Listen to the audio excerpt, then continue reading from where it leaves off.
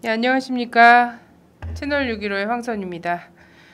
세월호 참사가 난 지 40일이 넘어가고 있습니다. 그럼에도 16명의 실종자가 아직도 가족의 품으로 돌아오지 못하고 있습니다. 그리고 26일 날도요, 고향에서 난 갑작스런 화재로 해서 70여 명의 인명피해가 났습니다. 이런 잦은 인재가 이 나라의 수준을 좀 반영하고 있는 것 같습니다. 그리고 이 수준이 고스란히 서민들에게 피해로 덮치고 있는 것 같아서 굉장히 안타깝습니다. 오늘 채널 615 시작하도록 하겠습니다. 오늘도 동북아의문의 문경환 대표님 모셨습니다. 안녕하세요. 안녕하세요. 네, 주간 한반도 소식을 먼저 전해주시죠. 네. 지난 18, 19일 중국 선양에서 한국 천주교 주교회의 민족화해위원회와 서울대교구 민족화해위원회 관계자들이 북한 조선카톨릭교 협회 관계자들을 8월 프란치스코 교황 방한에 맞춰 초청했습니다. 북한은 긍정적인 입장을 보였으나 방한 기간인 14일에서 18일까지가 을지 프리덤 가디언 한미연합 군사연습 일정과 겹쳐 부담스러워했다고 합니다. 21일 염수정 추기경이 개성공단을 방문했는데 이와 관련이 있을 것으로 추정됩니다. 한편 통일부 관계자는 23일 종교 행사라서 승인할 수 있다고 밝혔습니다. 두 번째 소식입니다. 시진핑 중국 국가주석과 푸틴 러시아 대통령이 20일 상하이에서 정상회담을 열고 전면적 전략 협력 동반자 관계를 한층 더 높은 수준으로 끌어올리기로 합의했습니다.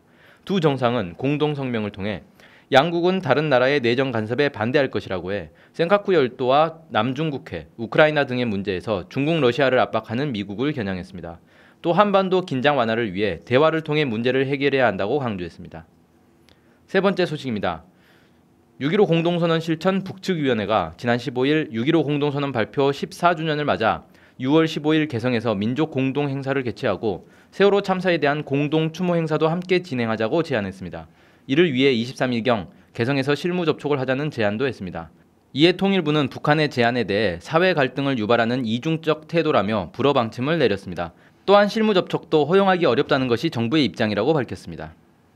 네 번째 소식입니다. 북한인민군 서남전선 사령부는 21일 공개 보도를 통해 지금 이 시각부터 첨예한 서남전선 열점 수역에 나와 제멋대로 돌아치는 크고 작은 괴뢰 해군 함정들은 예외 없이 우리 서남전선군 사령부 관하 모든 타격 수단의 직접적인 조준 타격 대상으로 될 것이라며 아군의 해상 경비 개선과 서해 5개섬 주변에서 벌어지는 사소한 도발도 포착되는 즉시 경고 없는 군사적 타격에 직면하게 될 것이라고 경고했습니다. 북한의 이번 경고는 지난 20일 한국 해군이 중국 어선을 단속하는 과정에서 NLL을 침범한 북한 경비정에게 경고 사격을 한 것에 대한 반응입니다. 다섯 번째 소식입니다. 22일 합참은 북한이 서해 북방 한계선 이남에 있던 남측 초계 함정을 향해 2발의 포를 쐈으며 이에 5발의 대응 사격을 실시했다고 밝혔습니다. 함정의 피해는 없었습니다. 그러나 북한은 북풍 조작이라며 포격 사실을 부인했습니다. 여섯 번째 소식입니다. 노무현 대통령 서거일을 하루 앞둔 22일 북한 민족화해협의회와 6.15 공동선언 실천 북측위원회가 노무현 재단에 각각 추모 메시지를 팩스로 보냈습니다. 일곱 번째 소식입니다. 22일 박근혜 대통령은 세월호 참사와 관련 남재준 국정원장과 김장수 국가안보실장의 사표를 수리하고 차기 총리의 안대희 전 대법관을 내정했습니다. 김기춘 비서실장은 유임됐습니다. 여덟 번째 소식입니다. 23일 북한이 오는 9월 열릴 인천 아시안게임에 선수단을 파견한다고 발표했습니다. 북한 조선중앙통신은 이날 조선올림픽위원회는 경기대회에 조선 선수단이 참가한다는 것을 아시아올림픽 이사회에 공식 통보했으며 이사회와 경기대회 조직위원회가 제정한 규정에 따라 경기대회 참가에 필요한 신청을 곧 하게 된다고 보도했습니다. 아홉 번째 소식입니다. 박근혜 대통령은 26일 왕이 중국 외교부장을 접견하고 북한이 대화를 이야기하면서도 새로운 형태의 핵실험을 하겠다고 위협하고 영변 핵시설을 가동하고 있는데 북한이 대화에 진정성이 있다면 최소한 이 같은 행동부터 중단해서 대화의 진정성을 보여야 할 것이라고 말했습니다. 또 드레스덴 구상의 이행을 통해 남북관계가 개선된다면 중국이 큰 관심을 갖고 노력해온 한반도 평화와 안정을 유지하는 데 크게 기여할 것이라고 말해 여전히 드레스덴 구상에 미련을 갖고 있음을 드러냈습니다. 왕이 외교부장은 중국은 남과 북의 가장 가까운 이웃으로서 누구보다도 한반도의 비핵화와 평화와 안정 유지, 남북관계 개선, 그리고 특히 한반도의 자주적 평화통일 실현에 큰 희망을 갖고 있다고 말했습니다. 한편 가까운 장래에 시진핑 중국 국가주석이 방한할 예정입니다. 오늘 집중 분석은요, 서해 포격 사건이 있었죠. 서로 좀 하는 얘기가 다르고 있는데요. 네. 요것과 관련해서 좀 얘기를 나눠봤으면 합니다. 22일 서해에서 한국 해군 함정 주변에 포탄이 2발 떨어졌습니다. 이를 두고 국방부가 이제 북한이 공격했다 이렇게 이야기를 했어요. 그리고 북한에서는 날조다 이렇게 대응했습니다. 진실은 무엇인지 오늘 좀 보겠는데요. 이게 어떻게 된 건지 전후 사정이 어떻게 된 건지 좀 설명을 먼저 해주시죠. 네, 22일 날 합참 관계자가 발언을 통해서 오늘 오후 6시께 연평도 서남방 14km 지점 서해 북방 한계선 이남 우리 측 해역에서 초계 임무를 수행 중이던 우리 함정 인근에 적 포탈 2발이 떨어졌다. 우리 군도 적 함정의 인근에 즉각 수발의 대응 사격을 했고 우리 군의 피해는 없다. 이렇게 얘기를 했습니다. 더 구체적으로는 그 한국의 초계함 150m 떨어진 해상에 포탄이 떨어졌다라는 것이고요. 그래서 5발의 포를 NLL 이북 해상에 있던 북한 경비정 인근으로 발사를 했다. 이렇게 발표했습니다. 네, 북한은 오히려 이제 자신들이 공격을 받았다 이렇게 주장을 하고 있는 거 아닙니까? 네, 23일 다음 날이죠. 서남 전선군 사령부가 공개 보도를 발표했는데요. 확인된 사실은 평화적인 중국 어선 단속을 구실로 아군 해상 경비선을 넘어 우리 측 수역 깊이 침범한 괴뢰 해군 함정들이 선불지를 해대고는 그것을 우리가 포사격을 가한 듯이 꾸며낸 기만극. 5월 22일 오후에는 우리가 연평도 근해에 있는 제놈들의 함정에 포탄을 발사했으며 그에 대한 맞대응으로 제놈들이 대응 사격을 가한 것처럼 없는 사실을 꾸며대며 요란스럽게 떠들어대고 있다. 이렇게 발표를 해서 북한은 포를 쏜 사실이 없다. 이렇게 얘기를 한 것입니다. 네.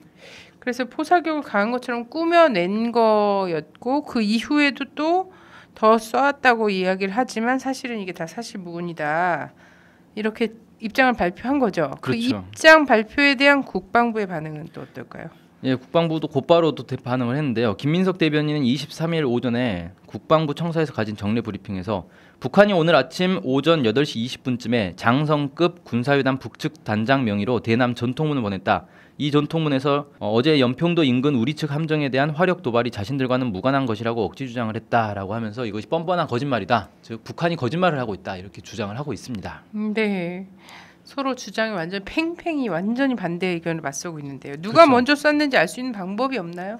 일단 그 연합뉴스 보도를 보면 어떻게 나오냐면 북한이 해안포를 쐈다라는 건 군의 이제 추정이고요. 정확하게는 당시에 연평도에 배치된 대포병 레이더가 작동을 하지 않는 시간이었다고 합니다.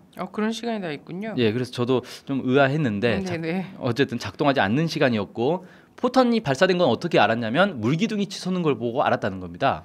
그러니까 물기둥이 치솟았기 때문에 당연히 북한이 포를 쏜 것이다 이렇게 인식을 했는데 그것이 이제 정확한 증거라고 할 수 있는지 이 부분이 좀 이제 애매한 것이고요. 군에서는 이 해안포를 사격한 것이다 이렇게 얘기를 했는데 해안포를 쐈으면 원래 이제 우리 군의 그 대응 수칙 중에 북한이 포를 쏘면 우리도 뭐 몇 배의 포를 대응한다 이렇게 돼 있지 않습니까?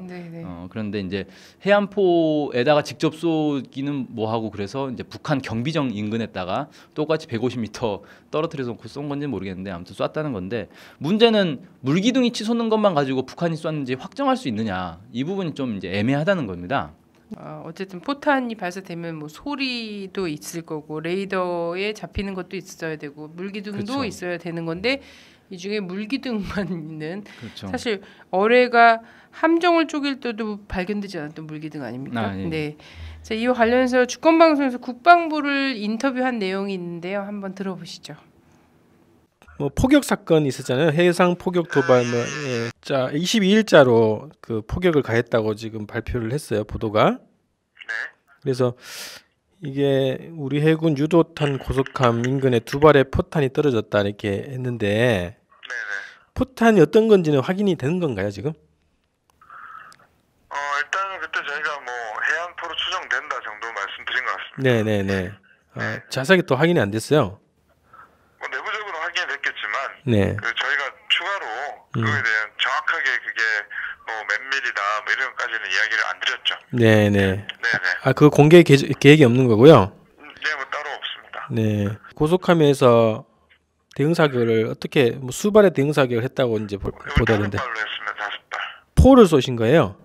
네, 포를 쐈죠. 국방부의 그 군사력 대응 방침 및 도발 원점에 대한 몇 배의 이제 대응 타격을 한다 이렇게 그 방침이 정해졌잖아요. 글쎄 뭐 몇 배라고 쓰지는 않았을 겁니다. 네. 저도 정확하게 네.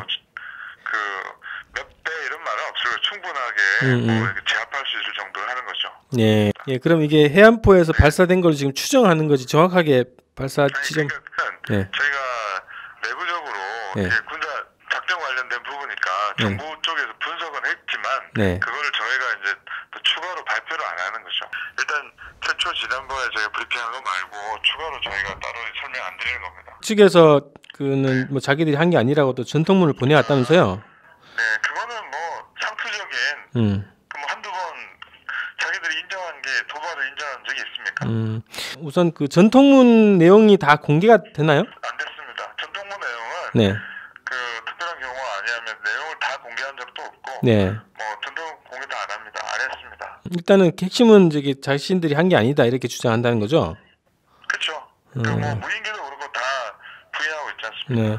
그럼 혹시 저기 이 그 해군 함정에서 비상적인 상황이 발생할 가능성이 굉장히 높은 지역인데 그 지역이 그렇죠. 그 이거를 뭐 영상으로 녹화를 해둔다든가 이런 시스템은 없습니까? 감시라든지 네. 뭐 필요시 만약에 그런 여러 장치들이 있습니다만 네. 구체적으로 우리가 어떤 걸 가지고 어떻게 하고 있다는 저희가 확인해 드릴 수 없습니다. 22일 포격 전에 20일에도 비슷한 일이 있었는데요. 예, 그렇습니다. 그 국방부 발표를 일단 통해서 보면 그 20일에 북한 경비정이 NLL 남쪽으로 이렇게 침범을 했다는 겁니다. 그래서 경고 방송과 함께 경고 사격을 해서 돌아갔다 이렇게 얘기를 했는데 그때 당시에 중국 어선들도 있었다는 거죠. 그래서 아마도 이제 중국 어선을 단속하는 중에 북한 이제 경비정이 넘어온 것 아니냐 이렇게 이제 추정을 했는데 여기에 대해서도 북한 서남 전선군 사령부가 곧바로 공개 보도를 발표를 했습니다. 뭐라고 했냐면 5월 20일에만도 남조선 괴뢰 해군 깡패들은 우리 측 서남해상 수역에서 정상적인 경계 근무를 수행하던 아군 함선들과 평화적인 중국 어선들의 무작정 총포 사격을 가하는 엄중한 군사적 도발을 감행했다 이렇게 얘기를 했고요. 중국 민간 어선들의 불법 어로조업을 저지시키기 위해 아군 함정들이 기동하고 있다는 것을 뻔히 알면서도 총포 사격을 가한 고의적인 중대 도발이다 이렇게 얘기를 했습니다. 또 지금 이 시각부터 첨예한 서남전선 열점 수영에 나와 제멋대로 돌아치는 크고 작은 괴뢰 해군 함정들은 예외 없이 우리 서남전선군 사령부관나 모든 타격 수단들의 직접적인 조준 타격 대상으로 될 것이며 아군 해상 경비 개선과 서해 5개섬 주변에서 벌어지는 사소한 도발도 포착되는 즉시 경고 없는 군사적 타격에 직면하게 될 것이다. 이렇게 이제 경고를 했는데 북한의 주장은 그러니까 결국은 자신들은 중국의 이제 불법 어로 행위를 단속하기 위한 정상적인 단속을 하고 있었는데 갑자기 남쪽에서 포를 쏜 것이다. 이렇게 얘기하면서 이런 식으로 도발을 먼저 했기 때문에 우리들도 남쪽의 함정들에 대해서 언제든지 경고 없이 타격을 할 수 있다. 이런 식의 이제 경고를 한 셈이죠. 네. 여기서 해상 경비 개선이라는 말이 나온단 말이죠. 예. 우리 측 수역 혹은 뭐 해상 경계선 이런 네. 게 아니라 해상 경비 개선. 이게 어느 구역을 이야기를 하는 걸까요, 정확하게? 예, 이게 이제 해상 경비 개선의 뚜렷한 실체에 대해서는 여러 가지 의견들이 있습니다. 그런데 네. 지금 서해에는 크게 세 가지 경계선이 있는 건데요. 하나가 NLL이 있죠. NLL은 이 서해 5도 북쪽으로 해서 이게 북한의 이제 황해도를 쭉 감싸는 형태로 이제 돼 있는 거고요. 그다음에 북한이 주장하는 해상 경계선이 있습니다. 이건 그 육지 그러니까 북쪽과 남쪽이 이제 육지 정중앙으로 이렇게 쭉 직선으로 그냥 내리그은 그런 이제 선이 되는 거고 이게 해상 경계선이 돼야 된다라고 북한이 주장을 하고 있는 거죠. 그리고 그 사이에 또 어떤 게 있냐면 NLL과 좀 비슷한 그 곡선을 그리고는 있는데 약간 남쪽으로 해서 해상 경비 개선이라는 걸 또 설정을 했습니다. 그러니까 북한이 아무래도 해상 경계선은 경계선대로 있는데 경비 개선이라는 걸 별도로 둬서 여기를 철저하게 뭐 경비를 하겠다 뭐 이런 이제 입장에서 만든 선이 아닌가 뭐 이렇게 예상이 됩니다. NLL이 북쪽으로 있고 해상 경계선이 남쪽에 있고 그 사이에 사이 정도의 예, 해상 경비 개선이 있는데 거의 네. NLL과 거의 겹칩니다. 그런데 보면 실제로 약간 남쪽에 있습니다. 네네네. 자, 여기가 어쨌든 열점 지역이긴 해요. 네. 자, 21일 북한이 이제 군사적 타격을 하겠다라고 경고를 했기 때문에 뭐 20일 그 직후에 이제 폭격 사건이 일어났으니까 이게 당연히 이제 북한이 했을 것이다. 일어났다고 한다면 네. 했을 것이다 이렇게 추정은 할 수 있을 것 같은데 정확하게 지금 뭐 증거나 이런 것들이 나온 게 없고 사실 뭐 서울이나 이런 데서 앉아서 국방부가 보고하는 걸 들을 수밖에 없는 상황이기 그렇죠. 때문에요. 근데 서로 어쨌든 주장이 완전히 상반된 게 나오고 있고요. 이런 얘기들이 또 나오다 보니까 의뢰의 우리 국민들이 지금 정부에 대한 불신이 굉장히 높지 않습니까? 그렇죠. 그래서 뭐 지방선거도 직전이고 세월호 사건으로 뭐 정부 여당에 대한 지지율도 떨어지고 하니까 또 이거 북풍 아니냐 이런 의심이 당연히 좀 나올 들고 수밖에 없는 있어요. 상황이죠. 예. 예. 그 북한의 주장은 결국은 지금 세월호 참사로 인해서 정부가 상당히 곤란한 난처한 입장에 빠져 있고 거기다 지방선거를 앞두고 있는 상황이기 때문에 일부러 이제 북풍을 유도한 것 아니냐, 일부러 충돌을 유도한 것 아니냐, 이게 이제 북한의 주장이란 말이죠. 근데 이게 이제 뉴스로 보도되고 나서 인터넷을 쭉 보면은 뉴스 댓글들에 대부분 사람들이 자기가 뭐 원래 북한의 말을 그렇게 신뢰하진 않는데 이번만큼은 정부보다는 북한의 주장을 더 믿고 싶다, 더 신뢰가 간다, 이런 이제 댓글을 다는 사람들이 상당히 많이 있더라고요. 그래서 지금 얼마나 이제 한국 정부의 주장이 그동안 신뢰를 잃어버렸는지, 특히 이번 세월호 참사와 관련해서 정부가 발표한 것들이 너무 국민들의 신뢰를 잃을 수밖에 없는 그런 발표들이 많았기 때문에 아무래도 좀 그런 측면이 있는 것 같고, 실제로도 지금 많은 사람들이 이 세월호 참사로 이 정부 지지율, 여당 지지율이 매우 떨어져 있는 상태고 거기에 지방선거를 앞두고 있기 때문에 뭔가 이걸 만회하기 위한 무언가가 있지 않겠느냐. 특히 가장 쉽게 생각할 수 있는 건 북풍. 과거에 이제 무슨 총풍 사건 뭐 이런 것도 있었는데 이런 것들이 일어나지 않겠느냐라고 예상하고 있는 시점에서 이 사건이 터졌기 때문에 오히려 더 이렇게 의심을 받는 게 아닌가 이렇게 생각이 됩니다. 네. 뭐 선거 때만 되면 이런 사건들이 쭉 있었으니까요. 예. 아무래도 좀 경각심을 가져야 되겠다 이런 생각이 듭니다. 네. 이런 분위기 반대로 또 강원 양면 전술이다 이거를 한국 뉴스에서 얘기하면서도 얘기를 하던데요. 그래서 남북 관계 오히려 발전될 때 나오는 이런 소식들도 있단 말이죠. 예, 대표적인 게 이번 9월에 인천에서 아시안 게임이 있는데 여기 북한이 선수단을 파견하겠다 이렇게 밝혔습니다. 그래서 그동안에는 이제 선수단 파견과 관련해서 입장을 밝히지 않고 있었기 때문에 오느냐 마느냐 뭐 이런 얘기들이 있었는데 이번에 선수단을 파견하겠다고 밝혔고요. 선수단을 파견하면 선수만 오는 게 아니라 많이 오는 사람들이 오지 않습니까? 그리고 가능하면 응원단까지 이제 온다면 더 금상첨화겠죠. 그리고 그렇게 되면 사실 그동안 이명박 정부 시기에 남북 관계가 워낙에 이제 이 격폐된 상태였고 박근혜 정부 들어서도 사실 별다른 진전이 없는 상황에서 좋은 계기점이 될 수 있다. 남북 관계를 분위기를 전변시킬 수 있는 좋은 계기가 될 수 있다. 이렇게 좀 보여져서 상당히 중요한 계기가 됐겠다 이렇게 보여지고, 또 하나는 8월 15일 전후로 해서 그 프란치스코 교황이 방한을 하는데 여기에 북한에도 천주교 교회도 있고 신도들도 있단 말이에요. 그래서 이 사람들은 이제 초청을 하겠다라고 이제 연락을 했고 통일부도 승인하겠다는 입장을 밝힌 게 있습니다. 그래서 이런 것들을 놓고 보면 8월 9월달에 민간 쪽에 어떤 남북 교류 같은 게 좀 일어날 수 있지 않겠는가 이런 이제 기대도 해볼 수는 있는 상황입니다. 네, 그럼에도 불구하고 당장 코앞에 있는 6.15 행사는 또 통일부가 불허를 했어요.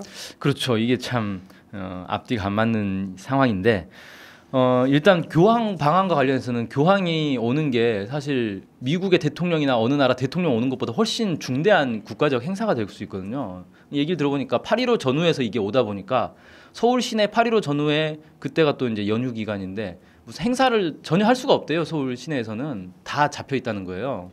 그 정도로 상당히 이제 중요한 이제 방한 일정으로 보고 있는데 아무래도 이제 정부 입장에서는 교황 방한에 맞춰서 정부의 어떤 치적을 홍보하고 싶은 그런 이제 생각이 강할 것이다. 그리고 여기에 북한 신도들까지 부르면 자신들의 치적 쌓는 데 상당히 도움이 될 거기 때문에 좀 적극적으로 좀 행보를 보이는 것 같습니다. 근데 문제는 이제 6.15 공동선언과 관련해서는 자신들이 입으로는 6.15 공동선언을 존중한다 뭐 이렇게 얘기는 하고 있지만 아무래도 이제 김대중 정부 시기에 만들어졌다는 것 때문에 그동안 많이 비난을 해왔고 새누리당 입장에서도 자신들에게는 부담이 되는 거죠. 그래서 이제 내놓은 게 사회 갈등을 유발하는 이중적 태도라는 이유로 6.15 공동행사는 허용할 수 없다 이런 겁니다. 그런데 이런 통일부의 입장 자체가 사실은 이중적 태도, 이중적 잣대라는 거죠. 6.15는 안 되고 교황 방한은 공동행사가 되고 이런 잣대로는 결국 정치적인 어떤 꼼수를 부리는 것 아니냐 이렇게 비판을 받을 수밖에 없는 거죠. 게다가 이제 또 한 가지 문제는 이 교황 방한 때 북한 신도들이 오면 물론 당연히 남북 관계에도 도움이 되겠죠. 그런데 문제가 이때가 8월 20일경부터 해서 통상적으로 한미 연합 군사 연습이 있습니다. 을지 프리덤 가디언 연습이라고. 이게 그 3월 달에 있는 키리졸브 연습과 더불어서 이 한미 연합 훈련 중에서는 이제 상당히 큰 규모의 훈련인데 이 연습 일정과 또 겹치기 때문에 북한 입장에서는 쉽게 행사를 참여하기는 좀 어려운 부담이 있는 그런 이제 일정이라는 겁니다. 그래서 이번 8월 달에 을지 프리덤 가디언 연습을 어떤 식으로 할 것인가, 그냥 강행을 할 것인가 말 것인가, 규모를 확대하느냐 축소하느냐, 아니면 뭐 로우키로 하느냐, 뭐 하이키로 하느냐, 뭐 이런 것에 따라서 남북 관계, 한반도 정세에도 상당한 영향을 줄 것이다. 이렇게 좀 얘기해 볼 수 있겠습니다. 네, 교황은 모셔놓고 뭐 한반도는 전쟁 분위기면 정말 희한하겠네요. 네, 민망한 상황이 되는 거죠. 네네. 평화를 위한 기도가 엄청나게 높아질 수도 있고요. 네. 자, 감사합니다. 감사합니다. 예, 이제 곧 다음 주에 지방선거, 6사 지방선거가 있는데요. 국민들은 권력을 세우기도 하지만 심판하기도 그리고 끌어내릴 수도 있다라는 존재라는 것을 인식해야 정권이 국민의 눈치를 보고 그리고 우리 공무원들이 상부를 모시는 게 아니라 국민들을 섬기는 그런 정치를 할 수 있지 않을까 생각하고요. 지방선거 한 번으로 이 사회의 어떤 누적된 문제를 어떻게 싹 고칠 수는 없겠지만 그래도 국민의 심판 의지는 충분히 표현할 수 있을 거라고 생각합니다. 부정선거 용납하지 말고 그리고 정말 절대 다수 국민들의 투표 참여로 세월호 진상규명, 책임자 처벌 그리고 심판 그런 선거를 할 수 있었으면 합니다. 우리 국민 여러분 투표해 주세요. 감사합니다.